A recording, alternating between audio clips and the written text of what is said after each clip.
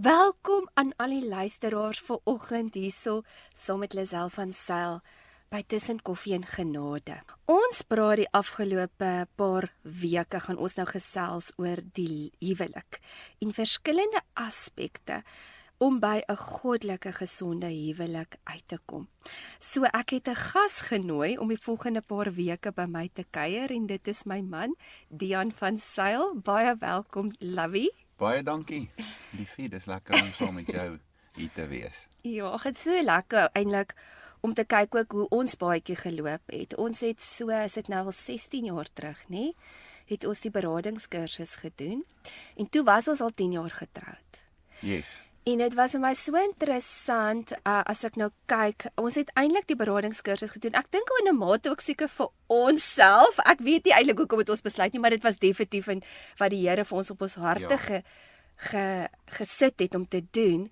Maar toe in plaas daarvan om te leer hoe om met ander mense se huwelike te werk, toe dit ons huwelik eintlik kom genees. En dan kom jy nie eers agter hoe gebroken mens is nie, nê? Definitief.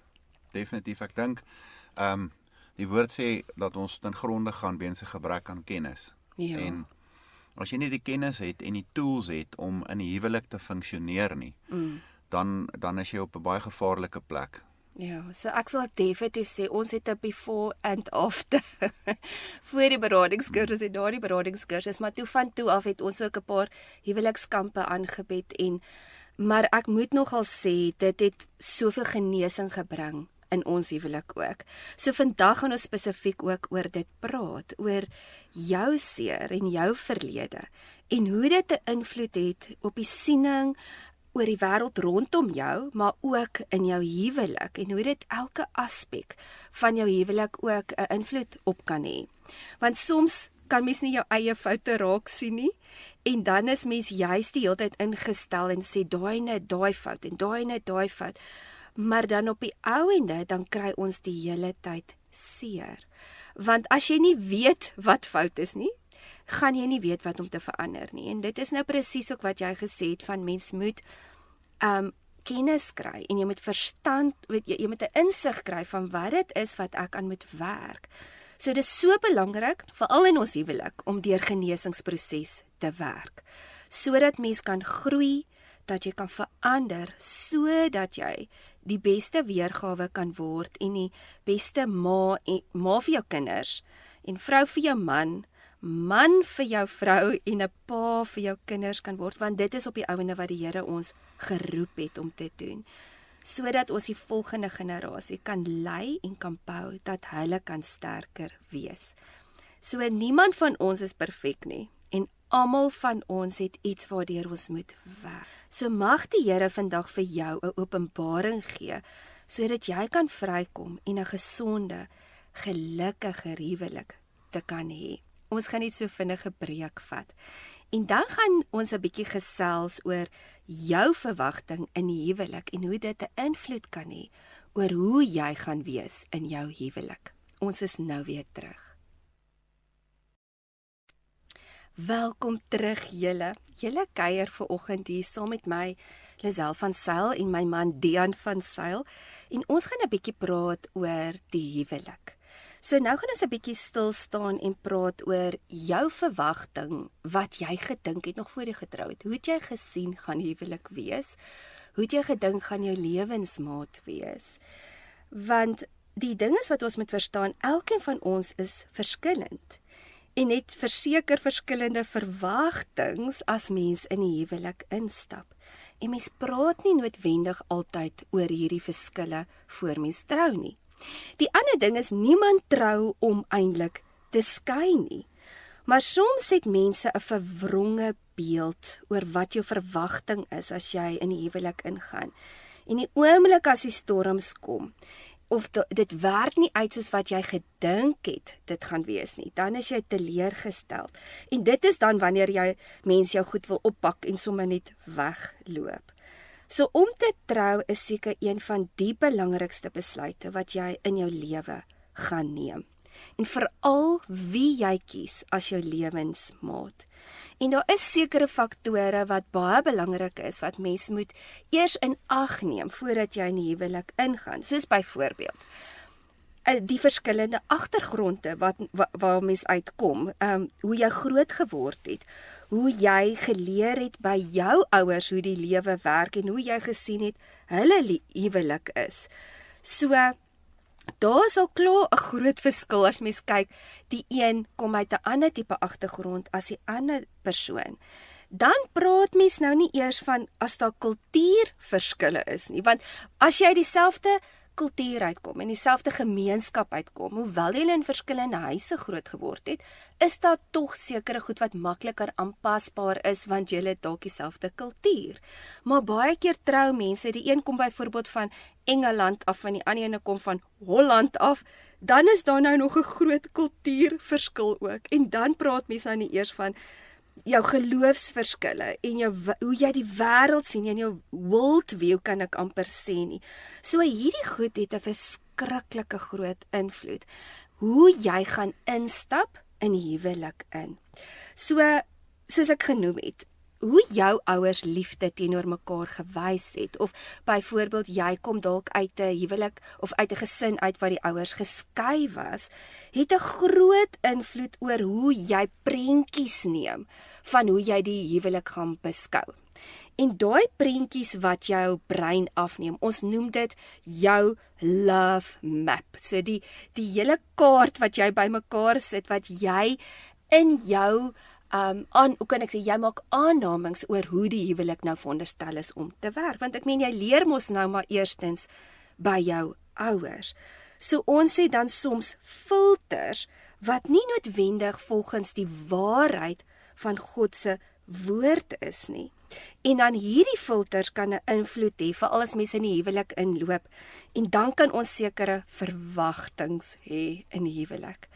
En hier speel selfsug en selfgesentreerdheid ook 'n baie groot rol, want as jy uit die uitvalshoek uitkom van my man moet my gelukkig maak en hy moet my net op my hande dra en hy moet my dien en hy moet elke liewe dag vir my blomme koop en hy moet net vir my sê hoe oulik is ek, en jy het net hierdie, hoe kan ek sê, hierdie romantiese Disney beeld van hierdie Prins Charming, wat eintlik maar soos, kan mens sê, 'n unicorn is, gaan jy baie seer kry.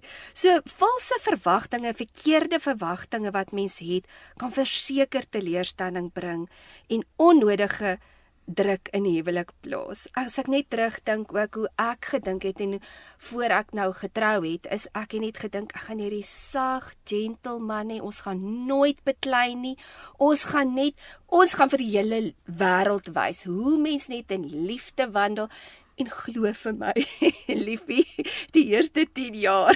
Nee, dit het nie so gewerk nie. Ja. Nee, verseker, ek dink, die verwagting wat jy het, bepaal letterlik waar jou huwelik gaan opeindig. Want as jy verwag dat jou maat nommer 1 jou moet gelukkig maak, dan is jy klaar besig om in die verkeerde rigting te beweeg. Nommer 1, jy moet jou vervulling heel eers in die Here kry. Ons het dit verlede week ook gesê. Ja. En as jou fondasie nie reg is wat dit aanbetref nie, dan gaan jy die hele tyd verwag, maar my maat moet my gelukkig maak. Ek het dan getrou om gelukkig te wees. Yes. En ek het nie hierdie, ek voel dit nie. En ons het verlede week gesê, die huwelik is baie meer opoffering as wat dit is van wat jy vir my kan doen. Ja. En dis hoekom die Bybel ook sê, in Jakobus 4 vers 1 tot 2, sê hy vir ons, waar kom oorloë en gevegte onder julle vandaan? Kom dit nie hier vandaan nie, van julle begeertes wat in julle lede stryd voer nie. Nou as ek die verkeerde verwagting het en ek het die verkeerde begeerte oor die huwelik, gaan ek in 'n oorlog opeindig met my maat. Ek gaan begin beklei want ek voel nie gelukkig nie en dis nie wat ek voor geteken het op daai huwelikskontrak nie, en ons het verlede week gepraat oor dat dit 'n verbond is, maar ek dink 'n ou moet net seker maak wat jou verwagtinge op die einde van die dag is van jou maat. En dis hoekom die woord ook sê in Spreuke 13 vers 12, sê hy, uitgestelde hoop maak die hart siek. So met ander woorde, as ek voel, my maat moes dit gedoen het, en my maat moes eerder dit gewees het vir my, en sy is dit nie, of hy is dit nie, in my huwelik nie, dan is jy al klaar besig om vir jouself hierdie teleurstelling, ek wil amper sê, jy's besig om jouself op te sit vir teleurstelling. Ja. Omdat jy die verkeerde verwagting het in die huwelik. En ek dink nou maar net aan my verwagting van jou. Ek staan mos nou baie vroeg in die oggend op as ek werk toe gaan. So ek het in die begin gedink, hoorie, maar hoe dit werk in die huwelik is, my vrou moet vir my kos maak voordat ek werk toe gaan. As sy 'n goeie vrou is vir my, gaan sy dit doen. En sy gaan 2:30 in die oggend opstaan en dan gaan sy vir my ontbyt maak. Dit was in die begin ons verwagting gewees. Ja. En dit het toe nou glad nie so uitgewerk nie, want jy's glad nie 'n oggendmens nie. So ek moes aanpassings maak, maar daai teleurstelling vir daai eerste paar maande was nogal erg geweest om te dink, hoorie, maar ek het eintlik hierdie was heeltemal 'n verkeerde verwagting wat ek van jou gehad het. Ja. En so kan ek kan aangaan met verskriklik baie probleme wat ek vir myself veroorsaak het en ongelukkigheid omdat ek die verkeerde verwagting van jou gehad het. In intimiteit was een van hulle. Daar's sekere verwagtinge wat 'n ou het as man wat jy dink maar hoorie, dis veronderstel om so te wees. Ja. En dan werk dit glad nie so uit nie, dan dink jy maar wat's fout met my vrou? Hoekom is my vrou nie soos die ander vrouens nie? En my hele perspektief van hoe ek die huwelik gesien het, was heeltemal verkeerd en dit was nie die Bybelse model gewees nie. En toe het my hart letterlik begin siek raak en toe het ons begin beklei en ek weet dit het baie rof gegaan. Ja. En dit is regtig omdat dit gegaan het oor hierdie goed. So die vraag wat jy moet vra is wat het jy verwag oor die finansies? Wat het jy verwag oor die rolle in jou huis? Wat het jy verwag oor ons intimiteit saam en wat het jy verwag oor ons tyd saam? Is daar 'n verwagting van jou om een keer 'n dag by my blomme te kry of kan dit een keer 'n maand wees? Moet ons op date nights gaan? Moet ons nie op date nights gaan nie? En dis baie belangrik dat die kommunikasie voor die troudag al moet begin om te sê maar hoorie, hoe sien jy hierdie ding? Hoeveel kinders wil jy hê? Ek het verwag ons gaan 4 kinders hê en nou hoor ek jy wil net 1 hê. Of jy dalk besluit, weet jy wat, kinders is te veel moeite en ek wil nie eers 'n kind hê nie. En nou het jy met die persoon getrou, maar jy het nooit gesels oor hierdie goed nie. Ja. Jy weet, ek vat nou maar 'n voorbeeld, daar's soveel manne wat deesdae in Amerika gaan werk en jy dalk 'n meisie hierdie kant en jou verwagting is dat sy, as jy nou daar lank in Amerika is, dat jy sal emigreer. En sy sê dalk maar, ek gaan nooit my male hier los nie. Yes. Ek gaan nie Amerika toe nie, maar die verwagting wat jy het is, ons gaan Amerika toe gaan. En jy het nooit dit vir my gesê nie. En ensovoorts. So dit is eintlik legio as jy dink aan hoeveel verwagtinge is daar wat nie nagekom word nie. Ja. En jy weet, 'n ou moet altyd begin by die woord en altyd kyk, nommer 1, wat verwag die Here van my as man? Wat verwag die Here van my as vrou? So waar. En daai moet saamwerk om dan 'n basis te vorm van okay, maar die Here verwag van my nommer 1 om 'n koning, priester en profeet in my huis te wees. Ja. En as my vrou dieselfde verwagting het as koning, priester en profeet, dan kan ek sê, maar weet jy, jy's reg. Ek moet in lyn kom met God se woord. Ek moet in lyn kom en ek moet koning, priester en profeet van my huis wees. En as daar 'n ander verwagting is wat nie in lyn is met God se woord nie, dan is dit totaal en al verkeerd en dan moet jy die aanpassing maak om jouself nie teleur te stel nie en om jou maat nie teleur te stel en die Here teleur te stel, moet so te stel nie. Nee, Want verwagtings is die fondasie van alles eintlik, want dit is geïntegreer met jou waardesisteem. So jy kan nie ander verwagtinge hê as wat die woord van God vir ons sê nie, want dan is dit verkeerd en dan gaan dit nie werk nie en dan gaan daar net baie teleurstelling wees. Ja. En dit bou eenheid. Verseker. As die verwagtinge uitgesorteer is. Ek het 'n vriend wat vir my gesê het, hulle het besluit, hy doen alles buite kan die huis en sy vrou doen alles binne kan die huis. Dan oor hy betaal die rekeninge by die skool, hy gaan doen die inkopies, glo dit of nie. So sy doen alles oulik. binne in die huis. En hulle het ooreengekom om dit so te doen. En dit werk vir hulle en nou ewe skielik is die konflik weg want die verwagtinge is uitgesorteer. En dis duidelik gekommunikeer, elkeen weet waar sy rol dan is. Presies. So, jy moet duidelik in jou hart die saak uitmaak van wat jou verwagtinge is en wat jou maat se verwagtinge is. Anderster is daar 'n klomp probleme op pad. En dis onnodig. Ek dink ons het daai eerste 10 jaar oor verwagtinge beklei. Baie. En beskuldigings van jy doen nie dit nie en wat het jy die hele dag hier by die huis gedoen? Dan sit jy met die kindertjies daar by die huis en sê ek jy werk nie eers nie, jy's by die huis. Wat het jy die hele dag hier gedoen? Dan staan die skorrelgoed so en my verwagting was dat dis ons maklik. Met hierdie superwoman wees. Ja, dis maklik om hierdie goed te doen en om hierdie kinders groot te maak en wat is nou fout? Jy moet net doen wat die Bybel sê. En meantime het die Here van my verwag om my vrou te ondersteun want sy het deur 'n baie moeilike tyd gegaan. Ja. En ek meen daai tyd toe jy 'n adrenal fatigue gehad het, toe jou byniere uitgeput was van al die min slaap, het my verwagtinge eintlik toe nog net aangehou. Ja. En jy weet, wat het jy die hele dag hier gedoen? Meantime as jy so siek, jy kan nie eers opstaan nie.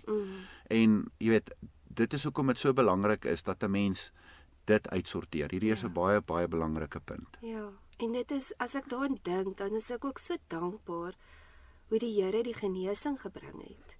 Maar dit is ook soos jy nou gesê, dit is as gevolg van swak kommunikasie en aannames wat mens maak, dat mens onnodig mekaar seer maak, want dan begin jy dink goed in jou kop en nou het jy hierdie prentjie in jou kop soos ek nou gepraat het van hoe jy dink dit moet wees.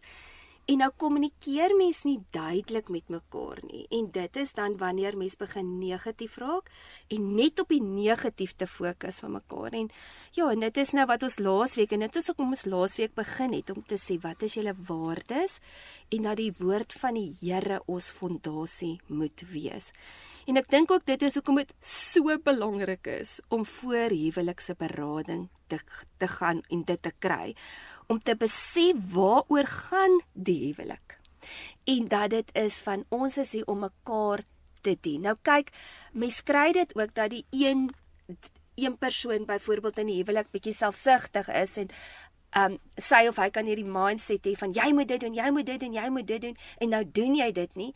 En dit is nie wat ons sê van jy moenie verwagtings hê nie, maar die ding gaan oor om goddelike verwagtings te kan bring in die huwelik. So ons gaan later 'n bietjie daar ook oor praat, wat ons gaan praat van die behoefte van 'n man en die behoefte van 'n vrou, want dit is ook belangrik om dit te verstaan. En dis hoekom die Bybel sê, doen aan ander soos wat jy wil hê hulle moet dit aan jou doen. En dit is dan daai ding van wanneer ons mekaar beginne dien, dan gaan dit beginne sink. Dan gaan jy my behoeftes beginne vervul en ek gaan jou behoeftes beginne vervul en dan gaan albei se liefdestank, soos wat ons laasweek gepraat het, 'n bietjie voller wees. Ons gaan nou so vinnige breek vat en dan gaan ons 'n bietjie praat oor hoe die seer 'n invloed het in jou huwelik. Ons is nou weer terug. Welkom terug julle. Julle kuier vanoggend hier saam met my Lisel en Dian van Sail. En ons praat 'n bietjie oor jou huwelik. Ons gaan nou 'n bietjie gesels oor hoe die seer in jou lewe 'n invloed kan hê in jou huwelik. Kyk, elkeen van ons het 'n storie. Maar die ding is, wanneer jy in die huwelik ingaan, is dit verskriklik belangrik dat jy die volgende aspek moet verstaan. Eerstens moet jy verstaan wie jy is, jou identiteit, hoe is jy aan mekaar gesit? Want die Bybel sê vir ons in Spreuke 23 vers 7, For as he thinks in his heart, so is he. Soos hoe jy dink binne in jouself, dis die tipe karakter wat jy gaan hê, dit is hoe jy ander mense gaan hanteer, en op die ouene gaan dit 'n invloed hê in jou huwelik. So, met ander woorde, hoe jy jouself sien, of jy nou 'n goeie beeld het 'n goeie selfbeeld, of jy het 'n lae selfbeeld, gaan 'n direkte invloed hê hoe jy ander mense gaan hanteer. Want die manier hoe jy ander mense hanteer, is 'n weerspieëling van hoe jy jouself sien. So as jy respek gaan hê vir jouself, gaan jy ander mense met respek kan hanteer. As jy genade het vir jouself, dan gaan jy ook genade kan hê vir ander mense, en so kan mens baie voorbeelde noem. So hoe ons mense gaan hanteer, gaan dan weer eens bepaal hoe hulle gaan reageer. So as jy 'n moeilike mens is en jy's die hele tyd besig om mense af te breek en af te kraak en te moan en hard te wees op ander mense, gaan ander mense jou beginne vermy. En ook hoe meer in die huwelik, en ons sal later 'n bietjie meer oor dit praat, maar dit gaan direk bepaal, die manier hoe jy jouself sien, gaan direk bepaal hoe gesond jou verhoudings is. En dis hoekom ek sê, almal van ons het al seer gekry in ons lewe. Almal van ons het al verwerping al beleef in ons lewe. En baie keer was daar goed aan jou gedoen wat dalk buite jou beheer is, en dis dalk nie jou skuld gewees nie, maar dis nog steeds jou verantwoordelikheid om by genesing uit te kom. Maar nou is dit dat ons nou sekere goed beleef het in ons lewe. Nou het ons hierdie seer, en ons praat van onopgeloste seer in ons lewe, en dit bepaal dan direk hoe jy gaan optree. Want dit gee vir jou die bril, jou ervarings wat jy gehad het, gee vir jou die bril waardeur jy gaan kyk. En dit bepaal dan op die ouende jou gevoelens. Soos byvoorbeeld wanneer jy klein gevoelig is, of jy voel die hele tyd verwerp, of jy voel die hele tyd offensive, en jy elke liewe ding wat met jou gebeur, is jy reaktief. Daar's geen, amper kan ek sê, impulsbeheer nie, want jy het nog nie geleer om eerstens deur jou gebrokenheid te werk nie, jou emosionele kapasiteit te laat groei om te kan selfregulering toe te pas nie, en hierdie goed gebeur nie van self nie. Dis letterlik deur terapie en kennis en deur berading wat mens dan by genesing uitkom. En dan op die ouende gaan dit jou gesindheid bepaal. Of jy liefdevol gaan wees, en of jy hardkoppig gaan wees, en eie sinnig gaan wees. En dit gaan dan ook bepaal hoe jy met mense gaan kommunikeer. So in die huwelik is dit baie, baie belangrik wat jy oor jouself dink. En dat jy sal verstaan wat jou doel is. Want as jy dit nie gaan verstaan nie, gaan daar verseker disfunksionaliteit wees in jou lewe. En is so hartseer, want as ons uit disfunksionele ouerhuise uitgekom het, dan is dit ons normaal. So ons weet nie eers, dis verkeerd nie. Nou modelleer ons presies wat ons daar gesien het in ons huwelik, en ons dink nee, dis okay, want dit is waarmee ek as kind groot geword het. Maar die ding is, ons moet, soos ek ook genoem het, jy moet verstaan wat die doel is. Want as jy nie die doel van iets gaan verstaan nie, gaan jy dit misbruik, en jy gaan dit ook mishandel. As jy nie jou doel verstaan nie, dan gaan jy nie worry as mense oor jou loop nie, want jy gaan dink, dis maar okay as mense my abuse en misbruik. En dit is hoekom dit so belangrik is, want as jy die waarde en die doel van iets verstaan, dan alleen kan daar respek kom. En ons gaan op 'n latere stadium bietjie praat oor respek, want respek is een van die grootste boublokke as mens praat van die huwelik. En dit is nou weer eens daai voorbeeld wat mens kan sien jy jouself as 'n glasstuk of sien jy jouself as 'n diamant? Sien jy jou man as 'n glasstuk of sien jy hom as 'n diamant? Soos as jy byvoorbeeld in die huwelik inkom en jy het 'n lae selfbeeld en jy het 'n victim mentaliteit, dan gaan jy die hele tyd van jou arme man verwag om jou goed te laat voel. En hy moet jou boost en hy moet die hele tyd vir jou vertel hoe oulik jy is, omdat jy nog nie jou identiteit en jou doel vasgemaak het in wie die Here sê jy is nie. Lavie, vertel ons 'n bietjie van jou agtergrond as dit kom by hierdie tipe van goed. Ja, so ek dink ek het agtergekom nadat ons getroud was. Hier's groot fout met ons huwelik. Ek het gedink dis ons huwelik wat 'n probleem is, en ek het gedink die probleem lê by jou. Ja. En toe het ek agtergekom maar die probleem lê eintlik by my. So ek het 'n verhaal wat ek wil vertel. Ons was eendag in 'n restaurant, en baie kere dan kan 'n ou mos nou by 'n buffet waar jy nou alles kan opskep in die oggend, kan jy kan jy lekker eet en jy kan R120 betaal. Daai tyd was dit nie so duur gewees om 'n buffet ete te kry nie, maar dit was 'n buffet ontbyt by 'n restaurant. Op 'n Sondagoggend. En ons is daar saam met een van ons kinders en jy sê toe vir my of ek het vir jou gesê kom ons sal maar sommer laat die kind saam met ons eet.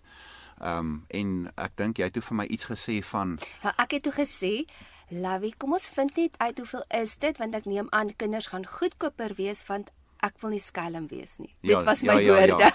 En ek het gehoor, maar ek is skelm. En dit het iets in my geaktiveer. Yes. En ek het op jou begin skree in hierdie restaurant. Ja.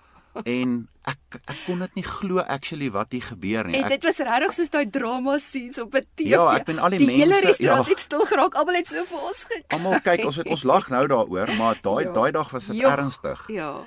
En ek het, jy weet nou, ons is hierdie Christen mense en hier kom skree ek op jou oor die ding. En ek het so op die bank gaan sit en ek het net gesê, Here, maar hier's groot fout en ek het net besef, maar iets het nou hier gebeur. Ek meen op 'n Sondag as jy veronderstel om rustig te wees na kerk. Ja. En nou kom skree ons op mekaar. Hier's fout. Ja. En die Heilige Gees het my gevat toe ek 9 jaar oud was. En ek het net besef, in daai oomblik, hier kom die waarheid. Ja. En ek was 9 jaar oud en iemand het my vals beskuldig.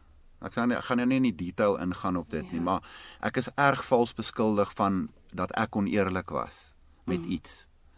En dit het my diep seer gemaak. En ek het nie besef hoe seer dit my gemaak het nie. Sjoe. En ek het nooit daai persoon wat dit aan my gedoen het vergewe nie. Ja. So saam met daai trauma wat ek beleef het toe ek vals beskuldig was en iemand vir my gesê het maar jy's 'n leienaar en jy's 'n dief en jy's 'n skelm, dis die boodskap wat ek gekry het daai leuen ingekom. Met ander woorde altyd met seer kry kom daar 'n leuen. Die vyand like dit om dit te doen. Hy is baie lief daarvoor om te sê maar dit was jou skuld gewees. Dis jou skuld, jy het dit veroorsaak in jou lewe. Jy het ja gesê. En daai leuen het ek saam met my gedra in my huwelik in. En hier kom skree ek op jou. Wat onskuldig was. Jy het maar net gesê, hoorie, kom ons doen dit reg. En ek het gehoor, maar jy is 'n skelm. My boodskap wat ek gekry het van jou af was, maar jy's 'n skelm, want ek het dit, daai leuen was die hele tyd by my. En ek dink dit was ook dit het 'n paar keer al gebeur. Voor dit, maar ek nooit besef nie, maar die oomblik toe ek na die Here toe gaan en sê Here, wys my. Kom die Heilige Gees en hy wys my. Maar dis waar dit gebeur het. So, dis baie belangrik dat ons sal verstaan, ons is gebroke mense. En wanneer jy in 'n huwelik ingaan, is daar 2 gebroke mense wat die potensiaal het om gesond te word deur die werking van die Heilige Gees.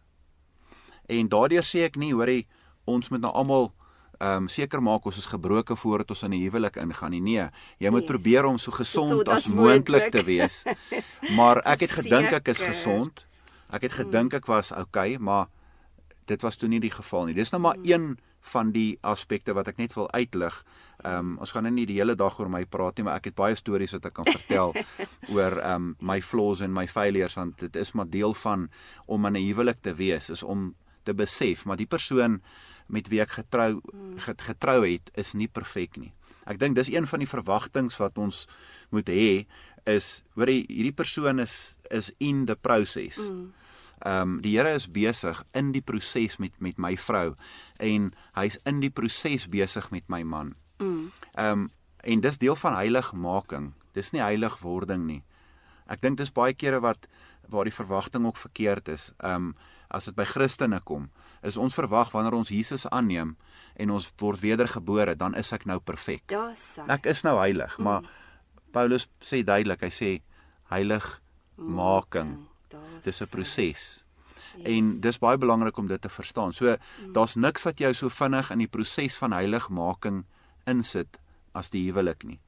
En net as jy dink jy het jou huwelik onder beheer, dan kom die kinders. Dan is die volgende faset daar en dan is die volgende vlak van heiligmaking is jy dan daarin. So jy's die heeltyd besig om in vlakke in te gaan. En net as jy dink jy het hierdie fase onder beheer, dan is dit asof die Here jou net skuif na die volgende vlak toe en jy begin verder ontwikkel. Maar die woord sê hy genees die gebrokenes van hart. Dis hoekom Jesus na die aarde toe gekom het, om die werke van die duiwel te verbreek. En ons moet dit verstaan, elke leuen wat jy geglo het, as mens, moet gebreek word in jou lewe. Satan het in die tuin van Eden ingekom met 'n leuen.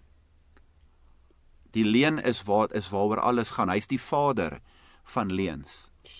En daar's leuns wat jy glo oor jou molestasie vandag. Daar's leuns wat jy glo oor jou pa. Daar's leuns wat jy glo oor mense wat by die werk was wat vir jou iets gesê het. Jou ex-man het dalk vir jou iets gesê. En lewe gespreek of dood gespreek oor jou, verkeerde goed gespreek. En daai leuen moet gebreek word deur die waarheid van God. En dis hoekom die Here sê, julle sal die waarheid ken en die waarheid sal julle vrymaak. Nie net die waarheid van God se woord nie, maar die waarheid oor die situasie. Want waar was Jesus gewees in daai oomblik? En die antwoord is, hy was daar. Jene, en dit bring soveel dinge terug terwyl hy so praat, want soos wat ons nou praat oor verwagting, ek meen ons albei was baie lief vir die Here. Ek meen dit was juist ek en jy het saam geswat en ek onthou ek het voor die hele klas opgestaan ons moes onsself voorgestel het en ek het gesê ek is self van sel en eerste in my lewe is die Here en ek het sommer dadelik begin getuig en ek onthou toe ons klaar met die klas loop ek so na die elevator toe en jy kom aangehardloop en jy stop die elevator so sê wag, ons klop by die elevator en jy sê, luister, is jy groot gedoop? En ek kan dit nooit verstaan, jy dog, hoekom vra jy nou dit vir my? Dit was my so vreemd, maar nietemin op die lank en die kort, van die begin af was ek en jy dadelik connected in die gees. As ons mekaar ontmoet het, was ons Jesus maatjies eers, voordat ons na 3 jaar eers getrou het. Korrek, ja. Maar dit is hoekom jy loop in die huwelik uit en jy dink, nee, jene, ons gaan hierdie ding laat werk, want ons ken mos nou die Here, né? En ek kan so goed onthou ook in daai tyd ons eerste deel van die deel van ons huwelik toe dit so swaar gegaan het, hoe hopeloos ek gevoel het en magteloos het my laat voel het, want ek kon amper niks met jou kommunikeer op daai stadium nie, omdat jy hierdie siening gehad het van, ek het nie fout nie, die fout lê by jou, aanvaar my nie ek is, en dis nou maar hoe ek is. Ja. En as mens uit daai oogpunt uitgaan, dan is dit of mens mure bou, en dan kan dan die genesing kom, en ek noem dit nie om jou nou af te breek nie, maar ook om vir die mense wat luister, want wanneer jy uit 'n oogpunt is van, ek is perfek en die fout lê by jou, dan moet jy dadelik weet, is actually andersom. Bedoelende, mens moet altyd eers te begin by jou. En dit is ook daai ding van om nederig te wees en voor die Here te gaan, en ek kan daai dag van die restaurant, was die dag, wanneer alles begin verander het, in ons huwelik. Want vir die eerste keer kon die Heilige Gees kom en deurbraak en kom die waarheid wys oor wat aangaan. En dis nie te sê ek het nie foute gehad nie, want ek het ook kan ek sê, ek het partymal ook uit onkunde goed gesê, en omdat ek ook nie verstaan het, ek deel maar net my hart, maar dan maak ek jou bitter seer. En dis dan wanneer hierdie trekkers gekom het. So, die ander ding wat ons moet ook verstaan is, ja, oor die verlede wat ons het. Eerstens het ons dit wat met ons gebeur het, ja, die trauma, ek meen, daar was teleurstellings, jy was dalk geboelie op skool, jy was, soos Dian ook genoem het, jy was dalk gemolesteer, jy het miskien 'n verskriklike hartseer gekry in 'n verhouding wat jy gehad het. Al hierdie dinge gaan lê in jou gees, siel en liggaam. En ek hanteer veral dit in my trauma-werkswinkel, wat ek verduidelik van hierdie goed gaan lê letterlik in jou selle, fisies in jou liggaam se selle. En wanneer ons nie deur hierdie goed werk en by genesing uitkom nie, gaan dit 'n invloed hê, soos ons ook nou genoem het, uit elke aspek van jou lewe. En dan het kom ons ook uit verskillende ouerhuise uit, nê, wat 'n baie groot invloed gaan hê van hoe ons sien die huwelik moet werk. So elkeen van ons het 'n storie, maar dis elke liewe persoon se verantwoordelikheid om te kies om by genesing uit te kom en dit te hanteer en die seer vir seer te verplaas. Want saam met elke liewe seer wat jy kry, kom daar 'n boodskapie. En dis wat Jan ook nou genoem het. En jy moet daai boodskap gaan identifiseer. En glo vir my, maak nie saak hoe jy dalk in jou verstand dink jy het uit 'n perfekte gesin uitgekom nie, sal daar verseker hier en daar dingetjies wees wat mens moet aanwerk, want geen mens is perfek nie. En ek het ook, voor ons nog getrou het ek en Dian gesê, ja, ons gaan skoon maak, ons maak ons womb skoon, ons sny alles af wat sleg is, en ek het regtig gedink, ons stap in hierdie ding in, voor ons kinders kry, dat hulle nie met letsels moet groot word nie, maar tog in dit, het ek agtergekom, weet jy wat, dis eintlik futile, want jy's 'n mens, jy gaan foute maak. En die feit is nie dat ons so perfek as moontlik probeer wees nie. Die feit gaan meer daaroor om wanneer jy daai foute te maak, dit te eien, daaraan te werk en dan dit te verbeter. Nie net te sê jammer en jy gaan maar net aan met die abuse of met ek is ongehoorsaam of wat ook al nie. So onopgeloste emosies in ons harte veroorsaak dan dat ons hierdie emosionele letsels kry. En as jy dit nie gaan uitsorteer nie, en jy gaan nie met dit werk nie, gaan dit, as ek dit nou kan noem, dan is dit amper soos 'n rekenaar wat files het. En dan gaan daar sekere files 'n virus opdoen, en dan gaan dit soos korrupte files wees. En dit gaan jou uitkyk op die lewe heeltemal 'n verwronge beeld gee.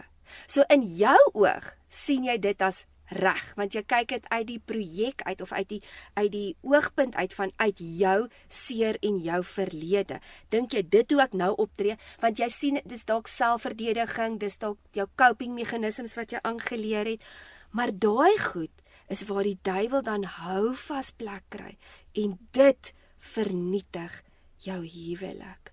So die huwelik is al klaar onder soveel uitdagings en glo vir my die vyand haat 'n gesonde huwelik. So hy is direk in oorlogvoering met huwelike en hy wil dit destrooi want hy wil die volgende generasie wil hy eintlik skade doen.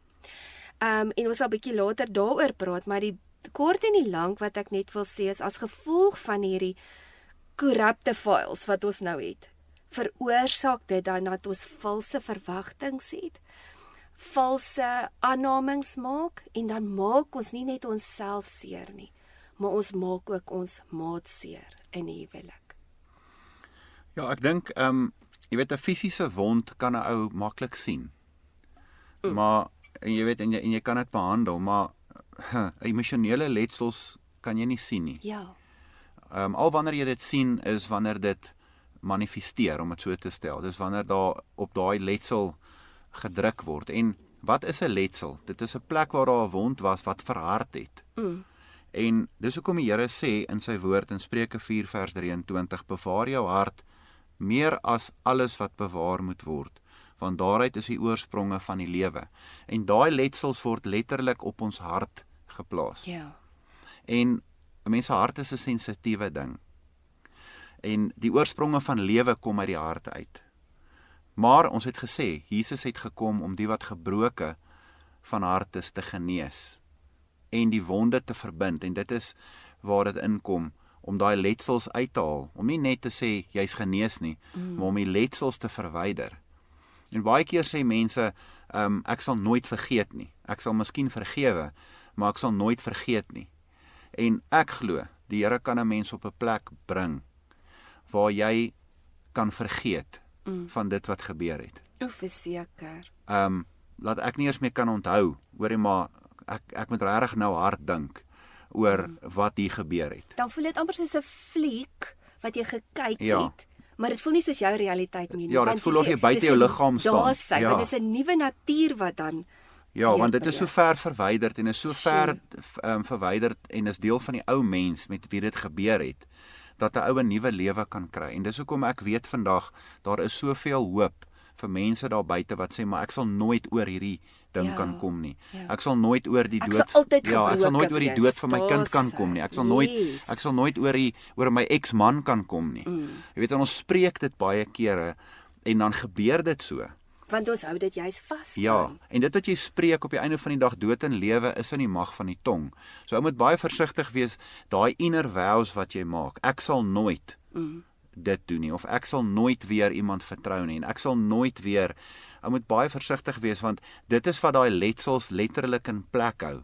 Dit hou die letsels in plek en dit bekragtig daai negativiteit in jou lewe, omdat jy saam met, ek wil amper sê, die vyand, die leuen geglo het, en nou begin jy die leuen te spreek, en dit is die letsels wat jy in jou lewe saam met jou dra, want die letsels maak jou hart, want jy dit besluit, en jy dit gekies, en jy spreek dit elke nou en dan, en as jy weer kyk, dan word dit jou realiteit, soos wat die woord vir ons sê dit gaan wees, want dood en lewe is in die mag van die tong. Yes.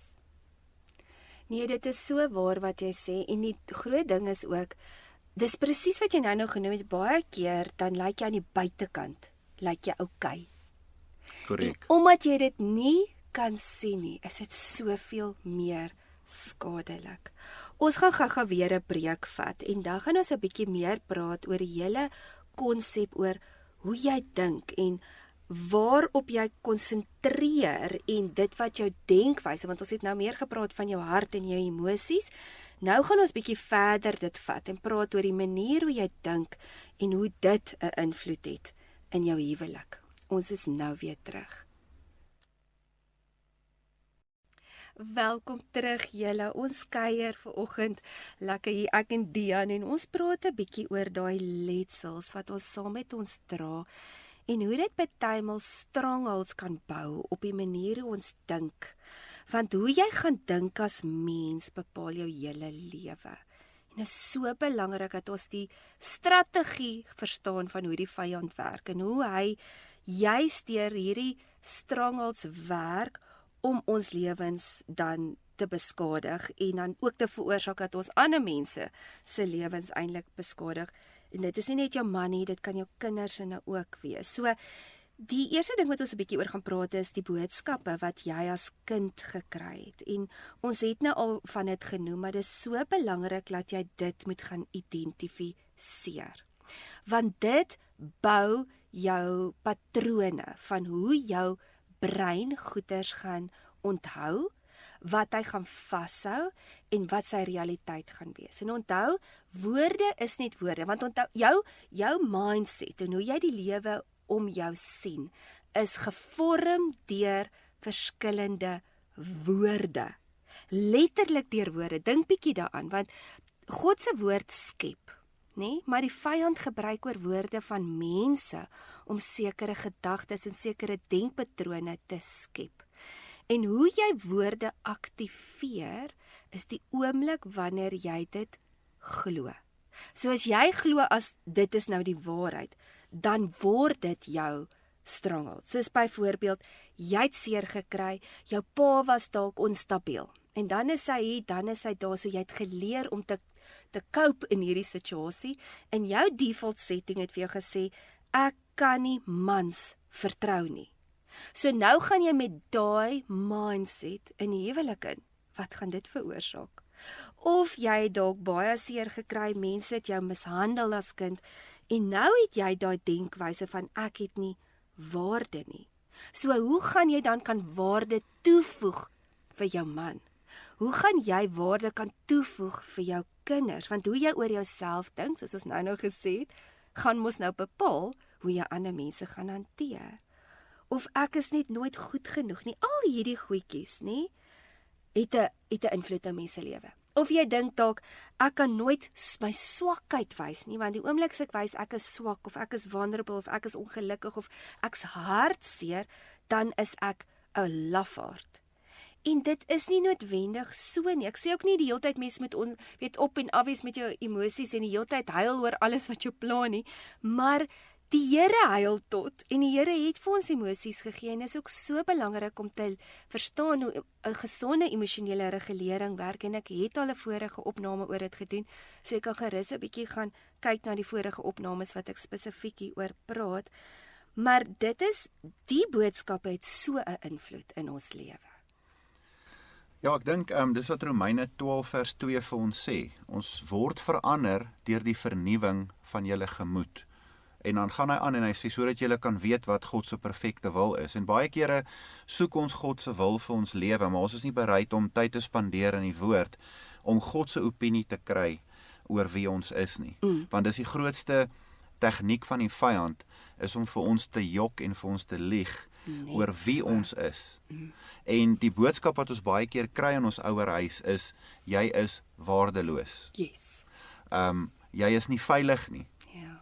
Miskien is daar 'n pa wat 'n alkoholist was en daai vrees wat daai kind beleef het en hy gaan met daai vrees in en die eerste keer wat die man in die huis aggressief raak of bietjie aggressief raak, dan kom daai gedagte van hoor jy's nou onveilig. En daai angs van toe jy 6 jaar oud was kom weer terug. En dis hoekom dit so belangrik is om te sê Here, maar kom maak my hart gesond. Kry my op 'n plek waar ek reg dink en waar ek in lyn dink oor myself en oor ander mense. Want die leuen is of oor jouself of die leuen is oor die ander persoon. Jogg, dit is so waar. Ja. Yes. En dan, wat dan ook gebeur is, ek dink die volgende ding wat die vyand kom is, nou doen jy nou iets, nê, wat my nou seer maak, of soos nou byvoorbeeld, kom ons praat van ons pre-marriage life, toe dit nog so rof gegaan het, nou kom ek na jou toe en ek wil met jou daaroor praat, maar omdat jy nie ontvangbaar is nie, en omdat dit vir jou moeilik is en jy het gestonewall, nou hanteer jy my nog erger of jy sal op my skree en ek het altyd vir jou gesê daai tyd, ek lê dan steek jy my met messe in plaas van om vir my liefde te wys en ek moet sê dankie Vader vir die laaste 15 jaar is jy nie meer so nie en dis regtig 'n wonderwerk. Jy is eintlik nou 'n fantastiese man, maar die punt wat ek wil maak is dan kom daar onvergewensgesindheid. Want ek voel ek het nie 'n voice nie, ek kan nie sê hoe ek voel nie, want daar's aggressie altyd, as ek net ietsie noem, maak nie saak hoe mooi en hoe reg ek dit doen nie, is daar aggressie en dan kom daar bitterheid en dan is dit daai onvergewensgesindheid.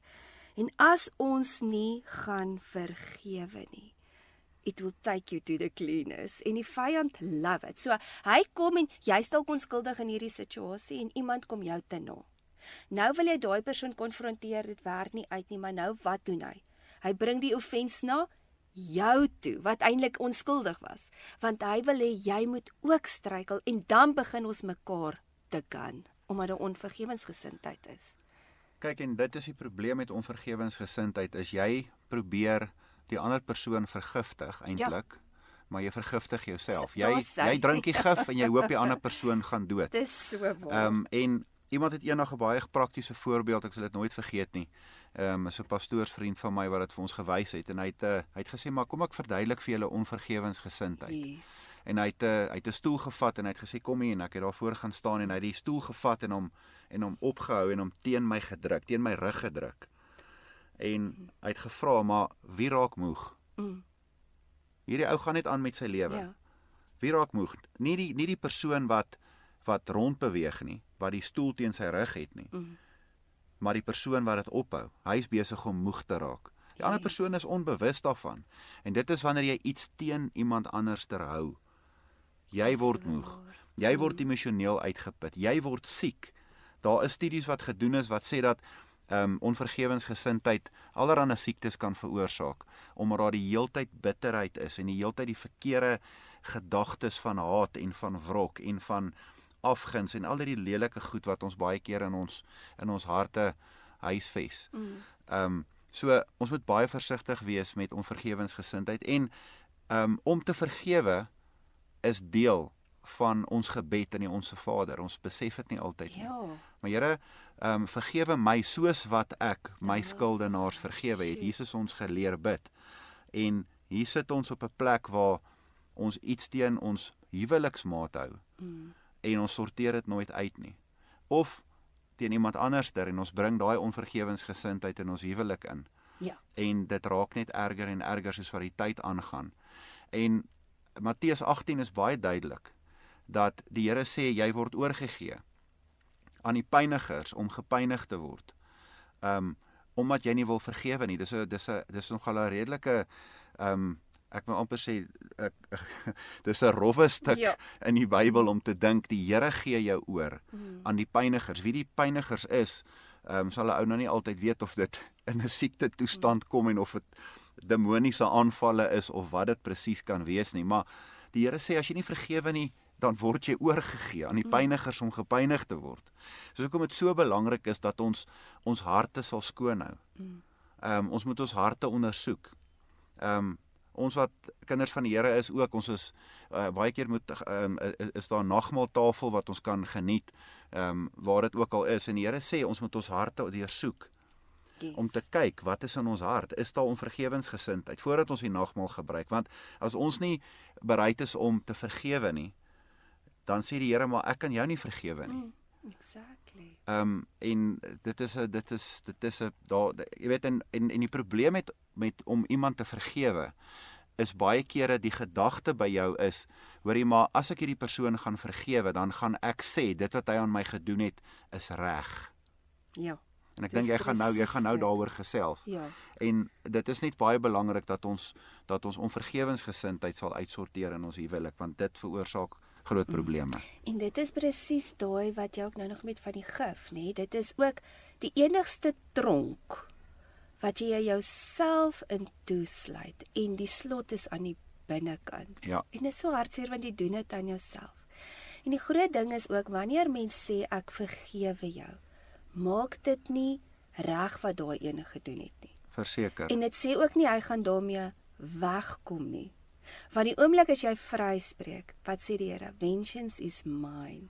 Ja. Nou kan die Here judgment bring en jy hoef net terug te sit. Ja. En dis eintlik wat liefde ook is, nê? Jy sê net Here, ek vertrou op U. Ek gaan nie. Hy is die beste regter. Daar sê. Want as ons dit nie gaan doen nie, dan gebeur die volgende. Dan begin ons mure te bou.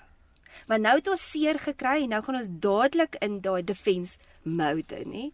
En dan begin ons daai mure te bou, want nou moet ek myself beskerm, maar dit is agterste voor boundaries, as mens nou praat van gesonde grense, en dan plaas daarvan om mure op te sit om jou te beskerm teen die vyande. Nou sit jy mure op en dit keer dat die goeie mense en jou vriende en jou man en jou kinders by jou uitkom. So dan beteken dit ook dan jy dan dadelik mense dan nie toegang tot jou nie. En dis baie keer, en ek wil nie dit nou 'n stereotipe maak en sê dis net mans nie, maar baie keer kry jy hierdie man wat kliphard is en jy kan nie verstaan hoekom nie, want dit is dan wat gebeur het. Hy het sy hart toegesluit en dan wanneer jy daai mure bou, dan kan jy letterlik dan nie voel wat iemand anders te mee voel nie, want jy maak jou eie emosies dood. En nou kan jy ook nie empatie voel vir die ander persoon nie. Ek onthou daar was 'n tyd wat ek jou so hanteer het en ek het jou verkeerd hanteer en jy het jou hart vir my toegesluit. Yes. En jy het gesê maar ek gaan nie meer my hart met jou deel nie, want die oomblik as ek vir jou sê hoe ek voel, dan trap jy op my hart. Nou daai is ook eintlik 'n goeie boundary gewees wat jy gehad het om te sê maar ek gaan dit nie meer doen totdat jy nie kan leer vir veiligheid. Ja, totdat jy nie kan leer om my reg te hanteer nie, gaan ek nie weer vir jou sê hoe ek voel nie. Toe skrik ek. Toe dog op myself, okay, maar as jy nou nie met my gaan praat nie, met wie gaan jy praat? En toe begin ek ewe skielik te oefen hoe om jammer te sê en dan sê ek jammer liefie en dan vra hy vir my waarvoor is jy jammer, dan sê ek o, Jesus, ek weet nie, maar ek sê dit maar net dat 'n ou, jy weet, net dinge weer kan regkry en ja, dit was die begin vir my, is net om te begin sê, hoor ek's jammer. Dat ek jou hartseer gemaak het. Ek weet nie wat daar binne aangaan nie. Ek weet nie hoekom jy nou eintlik hartseer is nie, maar jy gaan nou vir my verduidelik nou vir my hoekom.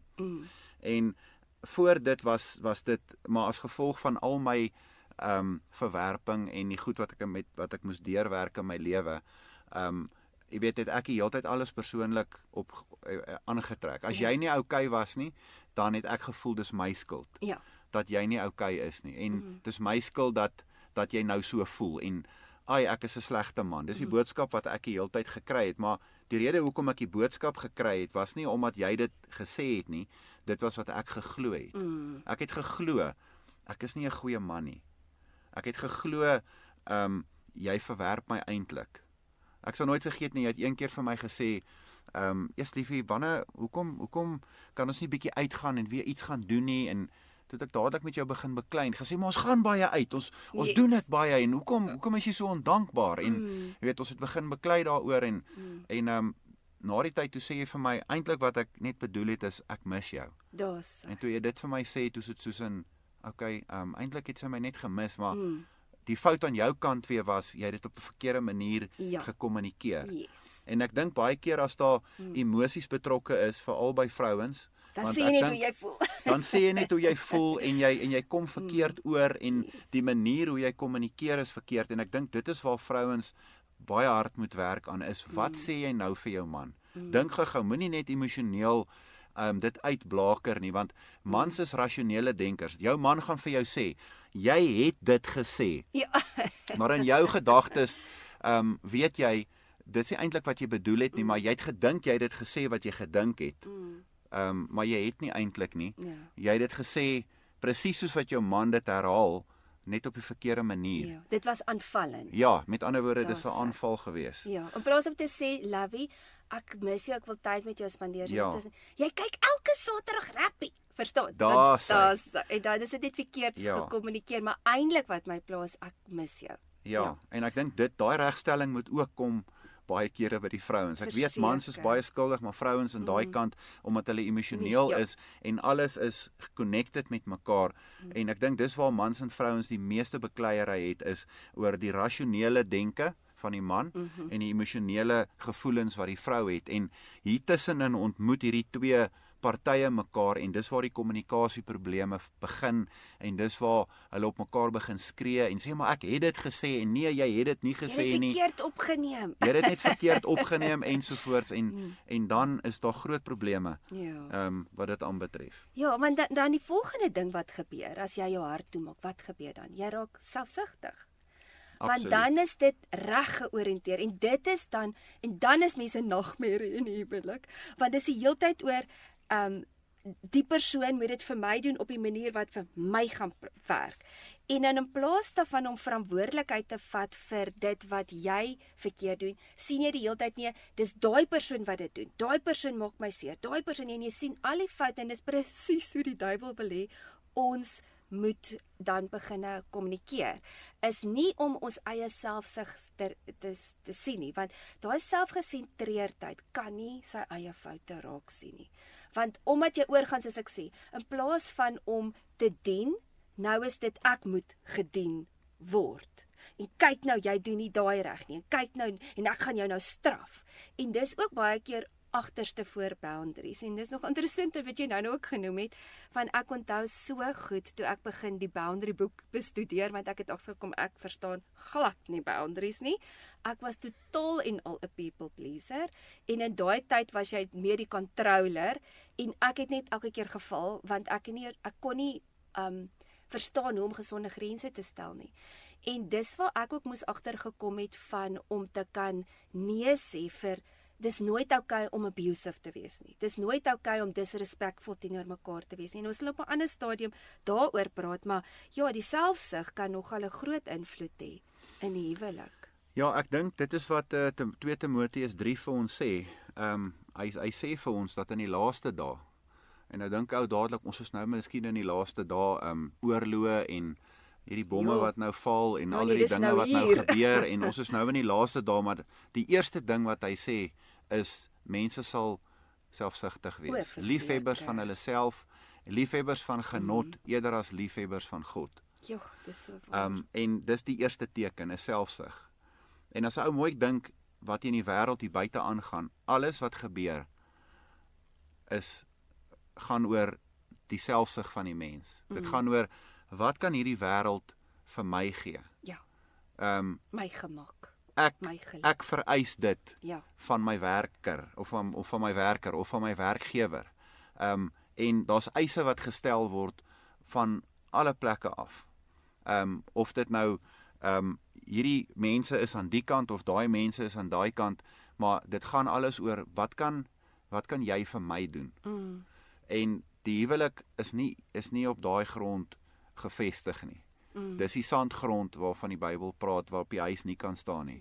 Die rots gaan oor, en Jesus het dit gesê, jy moet kan dien. As jy my wil volg, moet jy kan dien, en jy moet sê, hoe kan ek jou dien? Wat is jou liefdestaal? Hoe kan ek jou dien? Hoe kan ek dit vir jou beter maak?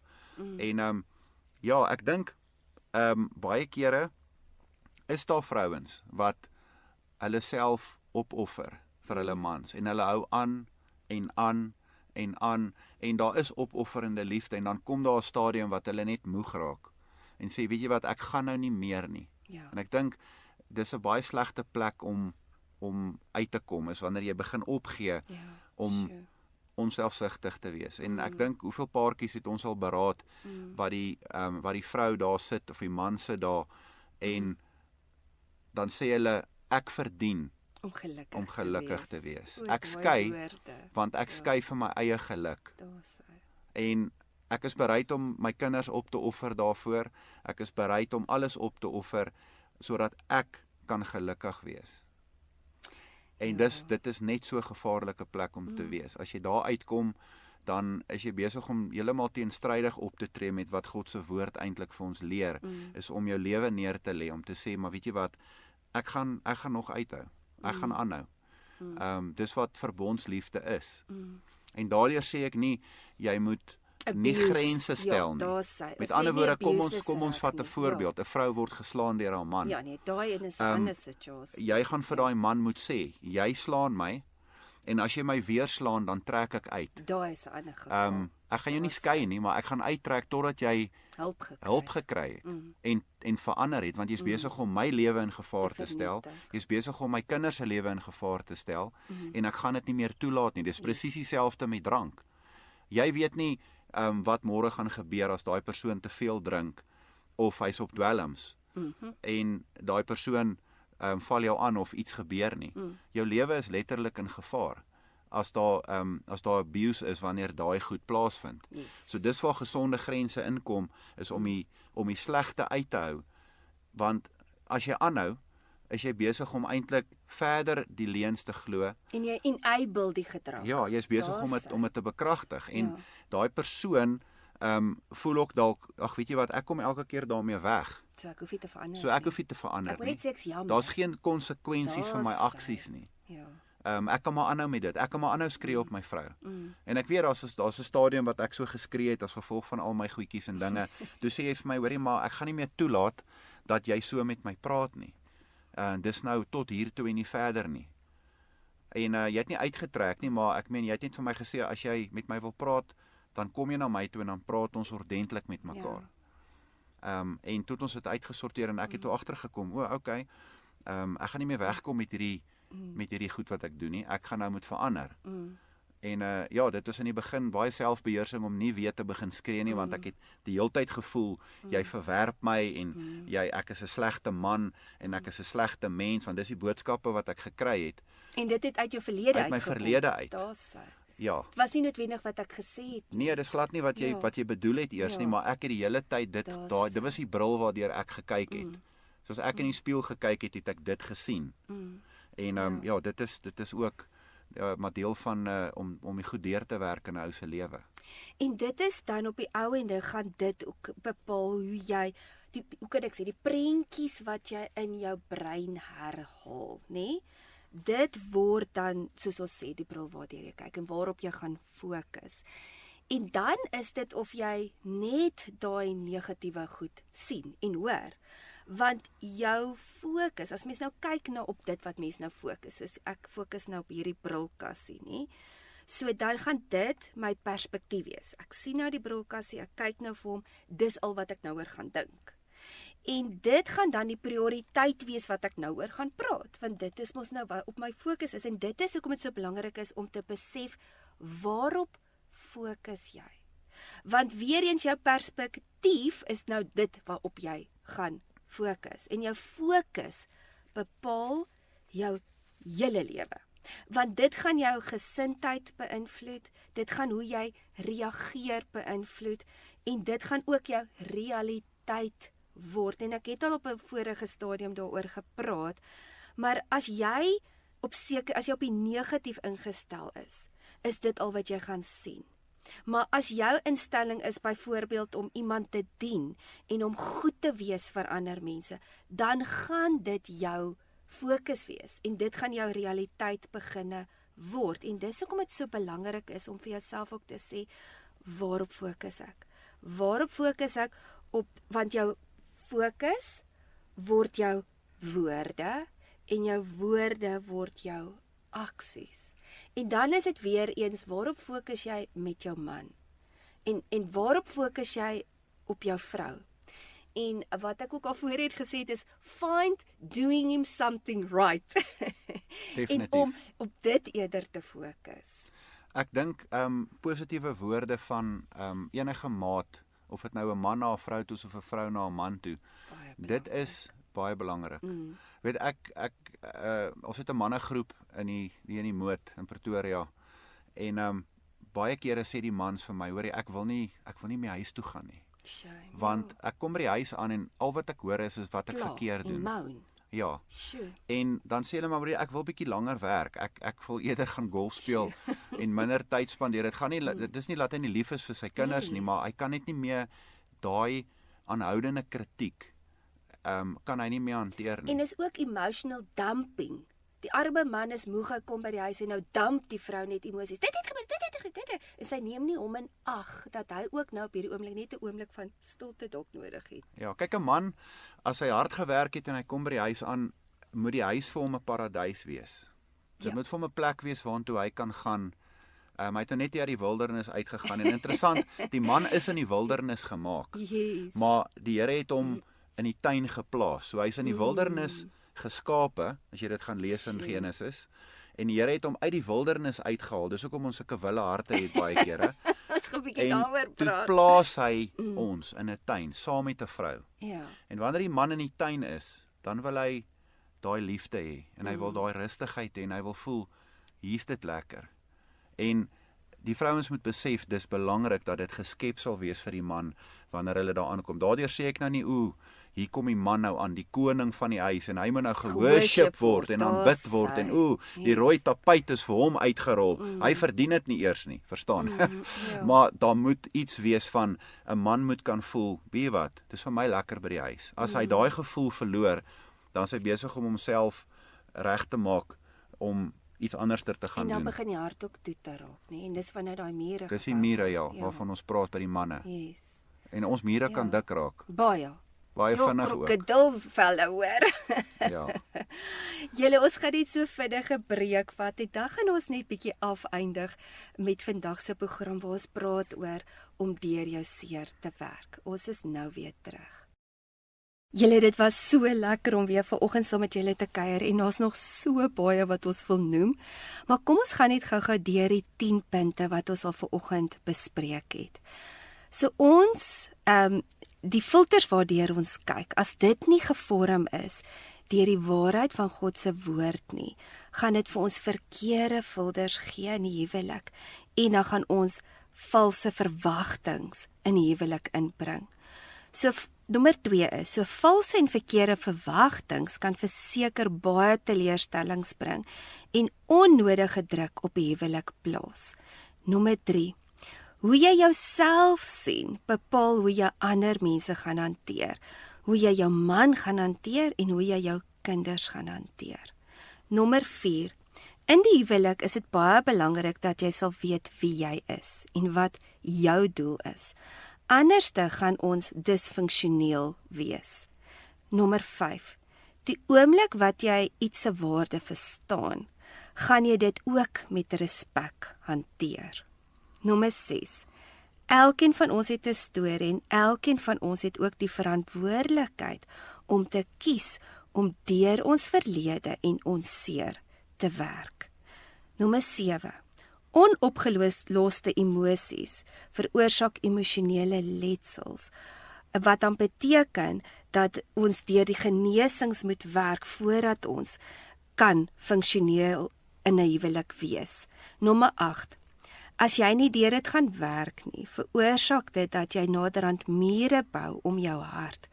Wat beteken dat jou man of jou vrou dan nie meer toegang het tot wie jy is as mens nie. Nommer 9. Waarop jy fokus word jou prioriteite en jou perspektief. Jou prioriteite en jou perspektief is waarop jy gaan fokus. En jou fokus bepaal jou hele lewe. Nommer 10. Dit is nie te sê as jou huwelik uitmekaar uitval, dat dit nie kan genesing kry nie. Maar om by genesing uit te kom, het ons die volgende nodig. Ons het geloof nodig, ons het nederigheid nodig. Ons het teachability nodig en ware liefde. So, dalk het julle nie die tools gehad, toe julle deur julle huweliksprobleme gewerk het nie, maar glo vir my, die Here kan wonderwerke verrig. As ons net dink aan ons eie huwelik, dit is soos toe hulle die muur herbou het in Jerusalem, so kan die Here jou huwelik herstel. Maar elkeen moet eers gaan stil sit en kyk, wat is daar in my lewe waaraan ek moet werk, voordat ek begin vingers wys vir ander mense. Want ons kan nie noodwendig ons eie foute raak sien nie. En baie keer dink ons coping mechanisms gaan ons beskerm, maar dit is partymal juist dan die wapen wat ons gebruik om ons huweliksmaat aan te val, soos om woede-uitbarstings te hê, of om 'n koue skouer te gee, of net in stilstype in te gaan. So God wil eers aan jou seer, jou verwerping, jou minderwaardigheid en jou identiteit werk, sodat jy die man en die vrou kan word vir jou man of vrou. So wanneer jy 'n lae selfbeeld het en sukkel met depressie, gaan dit verseker 'n groot invloed hê in die huwelik. En ons gaan nou nie vandag verder baie sterk mee hieroor kan praat nie, maar Dian, wil jy nog so laaste ding noem oor dit? Ek wil net sê Galasiërs 6 vers 9 sê vir ons, laat ons nie moeg word om goed te doen nie, want op die regte tyd sal ons maai as ons nie verslap nie. En hoeveel te meer is dit nie op toepassing van ons huwelik nie. Laat ons goed doen teenoor mekaar. En ek weet, hier sit mense wat vandag na hierdie program luister, wat sê, weet jy wat, ek kan nie meer aangaan nie. Maar ek wil vir jou sê, jy kan. Jesus het op 'n stadium, sê die woord vir ons, julle het nog nie tot die dood toe weerstand gebied teen die sonde nie. En as 'n ou dink wat in die tuin van Getsemane gebeur het, daai bloeddruppels wat deurgedruk het deur die sweetgaatjies van Jesus, soos wat hy weerstand gebied het om nee te sê vir sy vlees.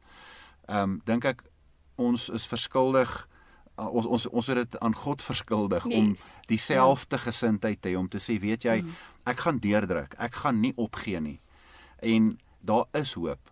Verseker is daar hoop vir elke huwelik daar buite. En ek wil sê, moenie permanente besluite neem op grond van jou tydelike pyn wat jy nou het nie.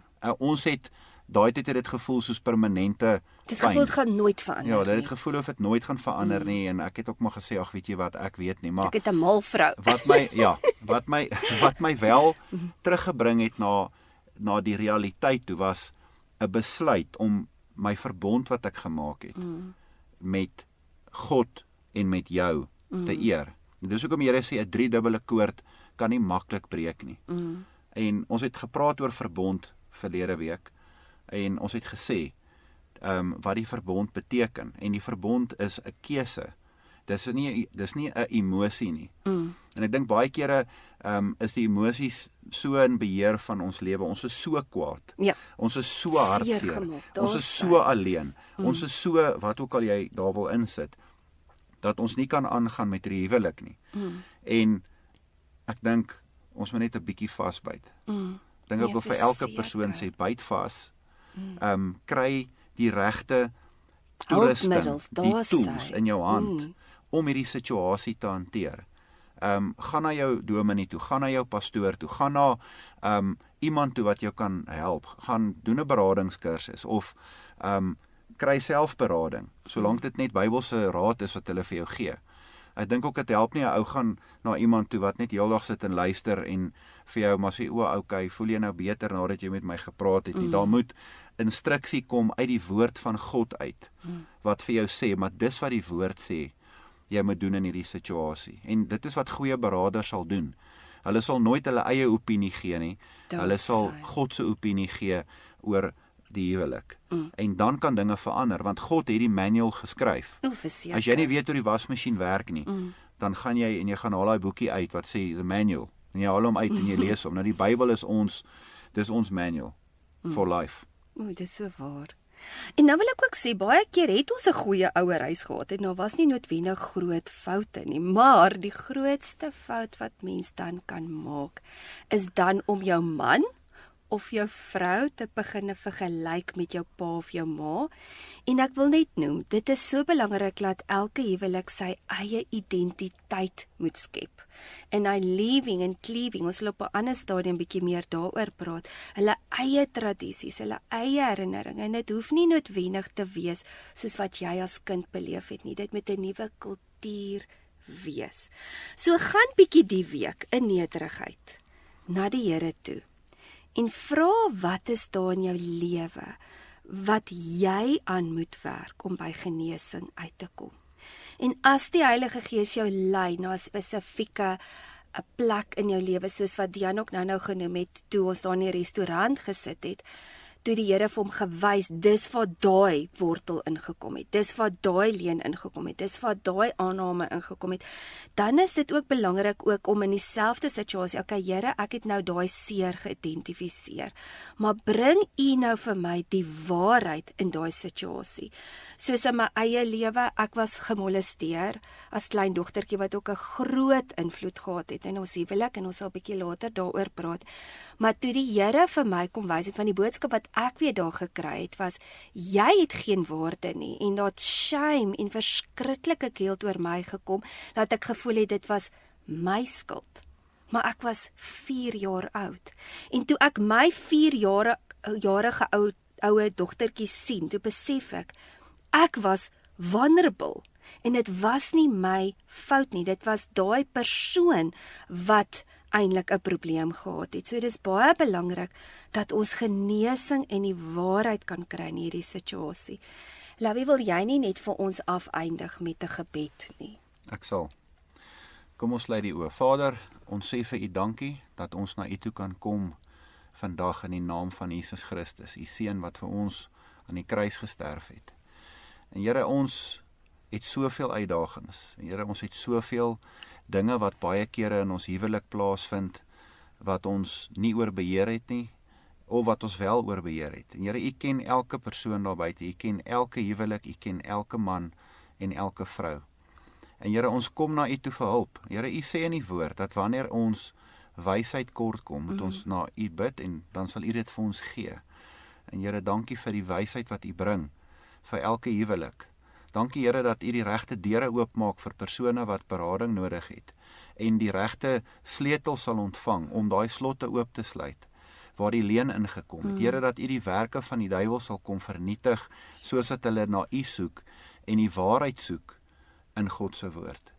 Here, want U is die God van waarheid, Here, U staan vir reg en regverdigheid, en Here, ek spreek net lewe vanoggend oor elke huwelik wat daar buite is. Elke gesonde huwelik, Vader, wil ek seën, elke ongesonde huwelik wil ek seën.